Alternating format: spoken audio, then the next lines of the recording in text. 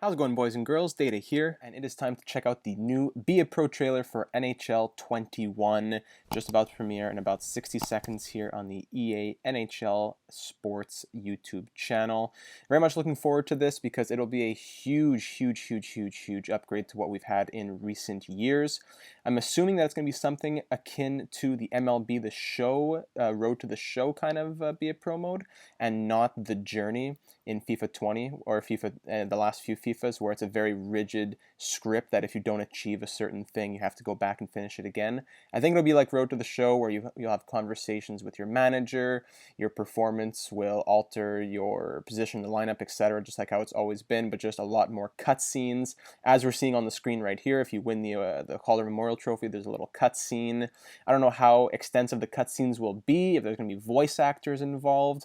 It seems as if this individual here with the afro and the darker skin is different than the guy that we saw in the trailer for the NHL 21 gameplay trailer that included a bit of Be a Pro. So that tells me that you'll be able to customize the player and it won't be a very rigid thing, once again, like I said, as Alex Hunter, for example, in FIFA. So looking very much forward to seeing this trailer and getting a better idea of how Be a Pro will be for NHL 21. As always, it hits you with this little minute 44 countdown. Even though I could go on Facebook or somewhere else and just watch it right now, we'll wait for the premiere here on YouTube. So going into it, it seems as though what we know so far is that you can start your junior career pretty much anywhere, whether it be in a Canadian league, the Dub, the Q, etc., or you could start in Europe, maybe the SHL, the Dell, etc. So that's going to be nice. But then what I really want to know is once you get drafted, how's it going to be? I'm sure there's going to be player mode, goalie mode, the diverse possibilities of different situations you can get yourself into. For example, winning the Calder, or maybe just getting sent down. So that should hopefully be very unique to the way you play and not just making it the same for everybody, because that would be boring for a lot of YouTube series, just being everyone doing the same thing. But I'm very much looking forward to doing a Be a Pro series, my first, because it's been unbearable the last few years. So I'll be able to branch out a bit from franchise mode. Alright, here we go. Let's see what EA has in store for us for Be a Pro in NHL 21. We're excited to introduce our overhauled Be a Pro experience. Thank goodness. Alex Ovechkin's career changed the league with his passion and style of play. And in NHL 21, make the same impact as you pave your own career and decide how your legacy will be remembered when it's all said and done. Our main focus for this year's Be a Pro was to improve the strategy throughout the entire experience, to make you feel like you're a player in the NHL. What a debut by the rookie.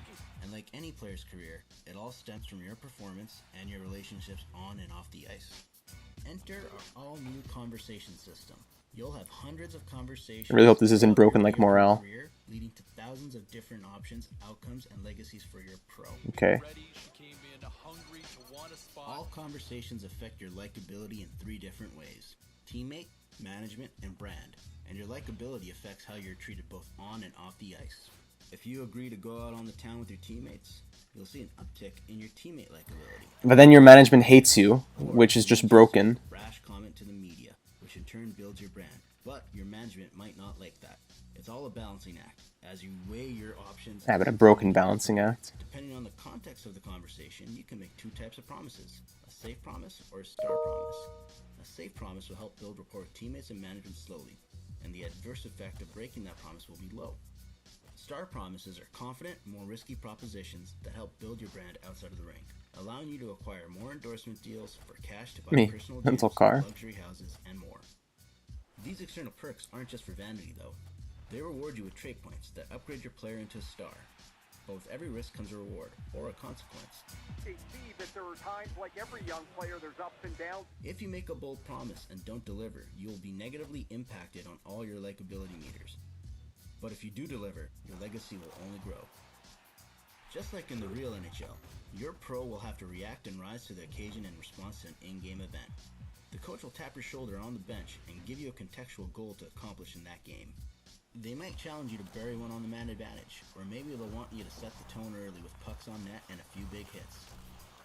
Whatever the coach asks of you, if you manage to pull it off, your star will rise, and soon you'll find yourself with top-line ice time. Yeah, but hopefully it doesn't depend on your player type. Contextually affect the types of conversations you're having and the chatter around you. Will likely get voted on at the Calder Trophy at the end of the year. Whether you choose to start your career in Europe or you're expected to put up a 50-goal season in your prime, these stories will play out and make up the biggest moments of your pro's career. All right, so it doesn't seem like it's necessarily beginning from juniors Improvements to strategy, or from even the overhaul draft conversation as a system, and rookie. the addition of story moments. That guy bumps into him in the hallway. Overhaul Be a Pro mode is the most in-depth and authentic experience to date. Yeah, day. Step on the No way you're ice, scoring a goal like experience that. what it feels like to play in the NHL and change the future of the league. Maybe when you win the cup and be a pro now, you can actually see your player raise the cup. That would be nice. All right, so initial thoughts, looks good. Nothing new there, nothing really surprising, I don't think. I'm going to replay it even. You can just go in the background while I'm talking here. So it tells me that according to my play, I'll get top line minutes. But if I'm a grinder and I'm scoring 50 goals a year, am I still going to be buried on the third, fourth line and get sent down to the AHL after 2 games of me not performing well? That's what I'm most worried about. I want it to really, really be performance based. Not, oh, you're a grinder, you'll never make more than $1 million on your contract, even though you get 60 goals a year. That's the biggest issue. That's what I wouldn't want to see. Aside from that, these conversations, they don't take into in consideration the context. Like if they're telling me these promise system, if I go out and the coach comes to me on the power play and says go score, and I promise him a goal, but my team never gets possession of the puck, and I can yeah, you can call for a pass, but if my team never gets possession, the AI is so bad that the puck just keeps getting dumped out on the penalty kill the entire time, then I'm never going to be able to even have a chance to deliver on that promise. But the AI coach won't take that into consideration. They'll just say, did you score? Did you not? You didn't. Now you lost 100 management points, and I think of you less as a player because you didn't come through on that promise. Same thing with the speaking. Like, oh, you're confident? I don't like that. No, you can't tell me that no management in the NHL likes a confident or even an overconfident player at times. You're telling me that guy, like if I play the PK Subban route, I'll never make it big in this player mode because my management rating is always going to be in the pits. That's the promise. That's the problem with this promise over promise system. The brand, the management. Hold on a second. Watching this back in the editing process, I missed this in the video. You're telling me that if I buy an SUV for $112,500, very precise, I'm going to get +1 passing and +1 speed. So because I drive my Ferrari and I'm used to going 160 kilometers per hour, that really gets me going on the ice. Man, I am speed. I'm Lightning McQueen. I just fly on the ice because I drive my fast car. Next, I buy an apartment. I get more social media followers because I'm posting nice beachfront pictures in front of my window. What does that have to do? Beach house plus trade points, whatever. That was to be expected. But what is this? I buy a watch. Not only a watch, a $100,000 watch. And I get +1 discipline and my brand likability not by 1.05. Someone likes me slightly more because they saw that in the Insta pic. And then I'm more disciplined. Am I wearing the watch underneath my equipment that I don't want to break it or something? And then the one that's even crazier I find is the modern furniture. Just because I buy some not even furniture, modern furniture. What's so modern about this? Nice couch. +1 durability. Am I sleeping on a memory foam mattress that I become more durable after I sleep 60 nights on the mattress? I'm more durable on the ice now. That's the thing that didn't make sense to me the most about this trailer. I really hope it's not just, okay, you're now an SUV guy, watches, look at, what is that, a bust of Julius Caesar? Like, what does that mean to get that just extra XP points? Like, what does it mean? You should have an apartment that adds, like now I have a membership with SUV, now you see my house, I have an SUV outside my house, not just, oh, you got a brand, the end. You have to really develop it a bit more than that. Not just like, in franchise mode where you say, oh, you upgraded the bathrooms to level 4, nice. Like, I'll never know that. I'm not using the bathrooms at the arena. I'll never know. It has to be something more tangible that you want to reach and have a goal in mind. You can't just do it and then it's over. So just looking at the gameplay here, management conversation, team. Let me just go back here. Let me look at this. Hold on. Teammate likability, management likability, primary line score, reach at least A- in the defense grade next game. Yeah, goals like that are going to be simple for sure. I don't mean to really give this mode garbage. Like this is a complete overhaul. I'm really happy to see this. It's going to be much better, like 1,000 times better than it has been. The only issue is that I'm a bit scared with this management likability rating, and if they're going to send me down or not allow me to thrive because of my player type / my likability rating, etc. I really hope that if you win the Stanley Cup with your Be a Pro guy, you'll get to see him raising the cup. I'm really scared with what I just saw there because it's the exact same Conn Smythe presentation as it's been the last like 10 years. So that does not bode well for me. These little cutscenes are nice, but I'm sure we'll see them 100 times. This guy, he bumps into him in the hallway. He's about to start a brawl between periods. Okay. See, there you go. Same cup celebration, same cup celebration. A bit frightening.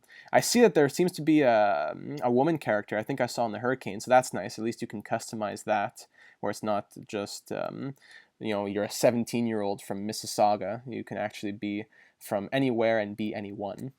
So that's nice. Initial thoughts just about the Be a Pro trailer. It seems like it's pretty good especially with the draft here. I think the start of the mode will be great with you playing in Europe, with you getting drafted, with you trying to make the team. I think what gets boring is that once you're on the team, is just going to be the same thing. If you go deep into it, seasons 3, 4, 5, 6, you're just going to be going with the motions. So I think that's it for the moment. These conversations, hopefully they're not all the same, like in franchise mode, where it's always the exact same thing. And if I say this, it's going to make him happy. If I say this, it's not going to make him happy. And your teammates just turn into robots. That's what we don't want. We want it to be a bit more diverse, where obviously some things help and some things don't, but it's not, no matter what team I go to, it's always the star player who sits next to me and says, hey, go get a big one tonight. And if you say yes, he likes you. If you say yes, I promise, he likes you more, but then you get where I'm going. I digress. So I think that's it for this one. I'm pretty impressed overall, but as you could hear, a bit hesitant and wary to really throw my whole support behind this because we've seen the things in the past. I'm sure by NHL 22-23, this will really be refined, but my initial projection was correct that I think this will be more like MLB's Road to the Show. So thanks so much for watching. Be sure to look out for lots of NHL 21 content coming out soon on the channel as soon as the game drops. Be a Pro, franchise mode, career simulations, franchise mode challenges, experiments, etc., etc. Be sure to check the links in the description, subscribe to the channel, follow on Twitch, and join the Discord server where you can throw in your opinion for series and other things like that. Twitch streaming as well tonight, even if you're watching this on the day that it drops, October 1st at 8 p.m. EST, Eastern Standard Time. So thanks so much for watching. Let me know what you're looking forward to in Be a Pro and what you liked or didn't like about this trailer, and I'll see you in the next one.